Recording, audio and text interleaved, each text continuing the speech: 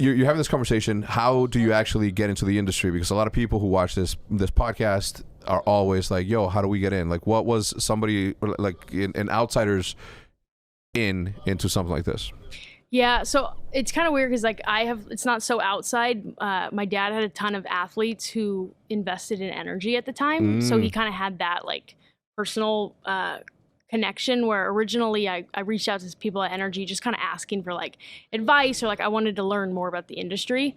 And I started emailing back with like Brett Lautenbach and Andy Miller, and we just kind of like got to talking. And then I basically took like 3 interviews with Brett at actual, I think, Blizzard Arena at the time.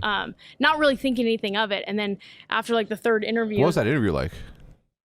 We literally sat in the audience and like watched an Overwatch match. And at the time, I had no idea what was going on. But I knew it was 6v6. I knew there was a coach. I knew there were strats. Like that's where my angle went. Yeah. Where I was like, I just wanted to know like more about like the players, or not from like a team standpoint or like a fan standpoint, I mean, but more of like the team or like what their season looked like or how much they practice and like all like what their off season. Like I was literally just like interested from like, I want to work for them in a sense, you know what I mean? Yeah. So, but yeah, we literally watched the match, talked, and then I also lived like 15 minutes away. So it From the also, Blizzard Arena? Or yeah. So it also was like very, very convenient. So when you were at Energy, you were mostly working with the San Francisco Shock then, yeah? So I worked from my apartment, but I was an account manager, so I worked on like all the sponsors. And I remember one time I had to go to the Shock House to get a jersey signed, and I realized they were like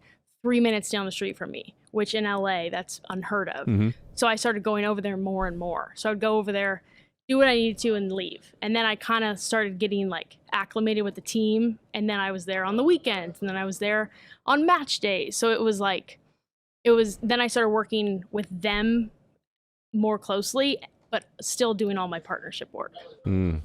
Well, that came in handy for us, and we'll get to that part of the story with OpTic.